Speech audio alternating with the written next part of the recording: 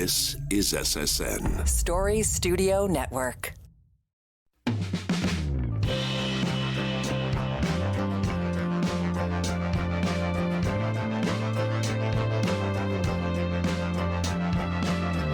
This is the Biz Doctor podcast, and I'm your host, Lauren Goldstein.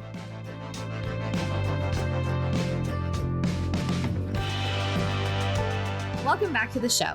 In today's episode, I'm going to dive into 3 secrets that I wish someone had told me when I was growing my business, which now I make sure my clients know up front.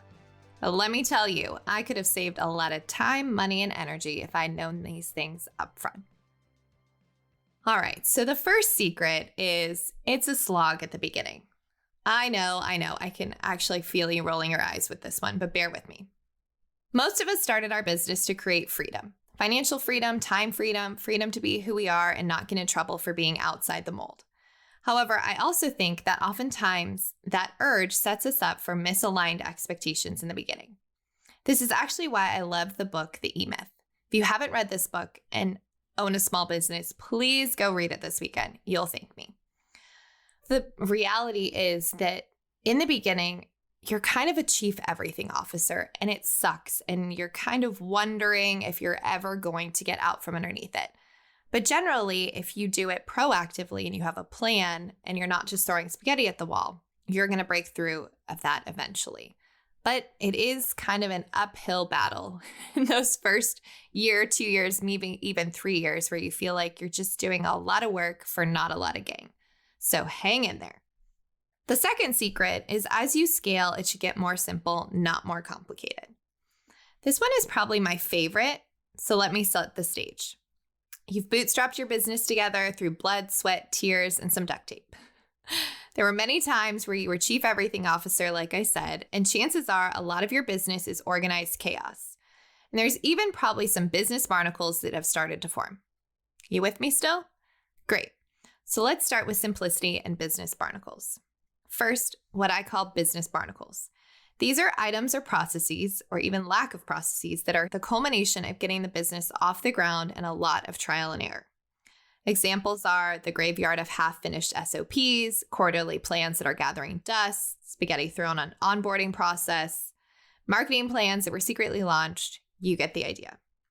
The point is that as your business has grown, it started collecting things, and many of these things are no longer necessary, needed, or what leads me to point number 2, in desperate need of simplification. One of my very favorite parts about the consulting and advising work that I do is that I get the great honor of simplifying businesses so they can be leaner, more efficient, more profitable, and get you, the business owner, out of the trenches faster.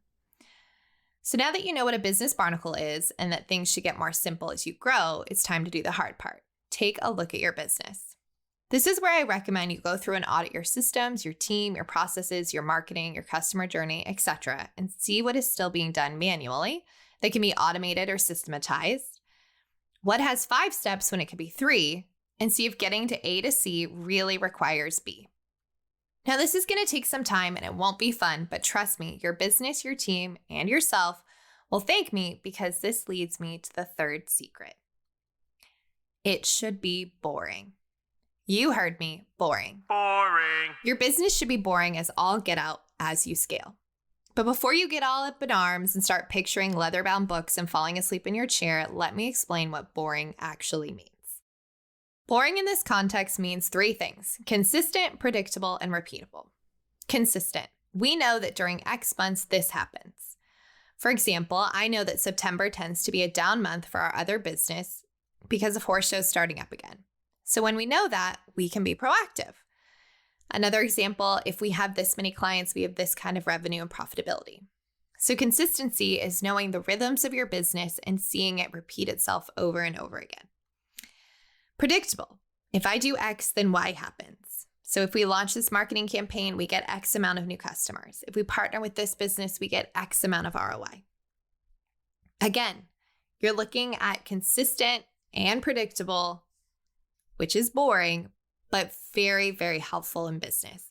Because when you have something that's predictable and consistent, it makes scaling and planning a whole lot easier. And then repeatable. This is really where scaling comes up. If we follow this plan, we can get this outcome.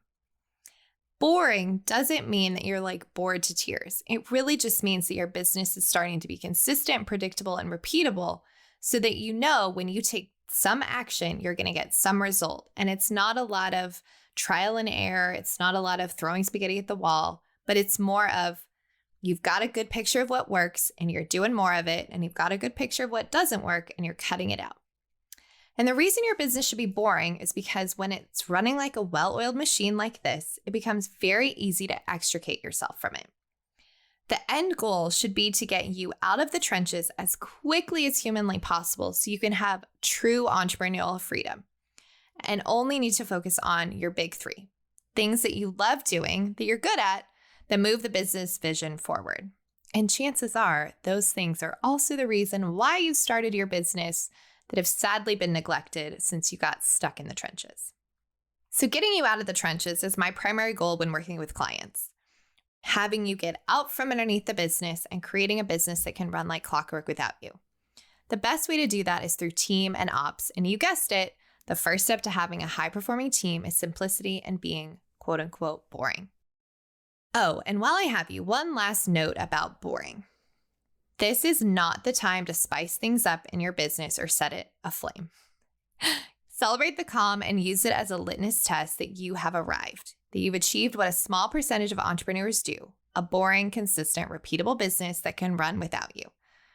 Now go get a new hobby, go for a date night, take a vacation, but for the love of God, don't fall into the trap of self-sabotaging your business because things are quote unquote going too well. Maybe that will be one of my next episodes, how to stop self-sabotaging your business. But I just want to bring it back full circle and talk about the three things about the trajectory of your business. Again, that activation energy to get it started, it sucks at the beginning. It's slow. It's a slog. It can feel like you're pushing a boulder up a hill. But eventually, while you're pushing that boulder up the hill, you're going to get to the top of the mountain, and then it's going to start to collect dirt and moss as it rolls down the hill by itself.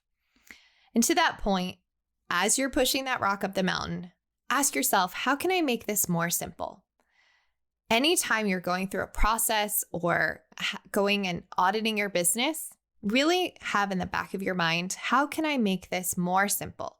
How can I make this more efficient? How can I make this process make more sense that if I step out of it, I don't have to sit here and explain the 7 different steps to somebody else. And then, of course, be really happy when it's boring.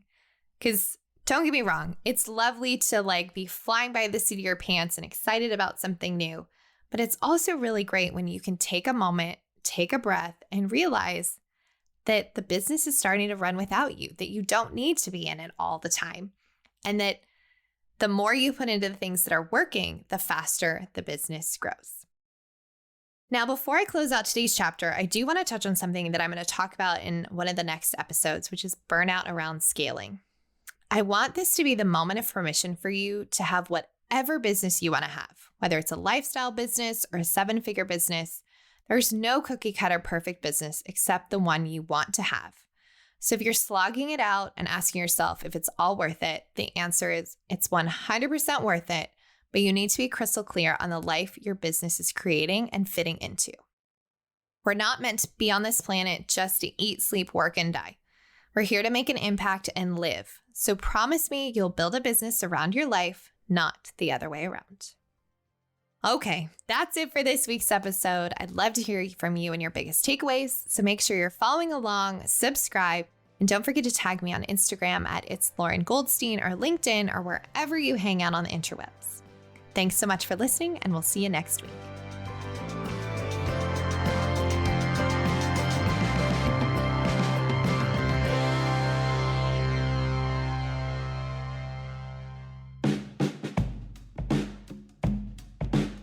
So which part of your business needs love and attention? You might be wondering that. Here are your next steps. Head to goldenkeypartnership.com or the show notes below to schedule your diagnostic deep dive. Thanks for listening to the Biz Doctor podcast. If you love the show, please share it with your colleagues or tag me on social media, especially LinkedIn. And subscribe to the show wherever you get your podcasts.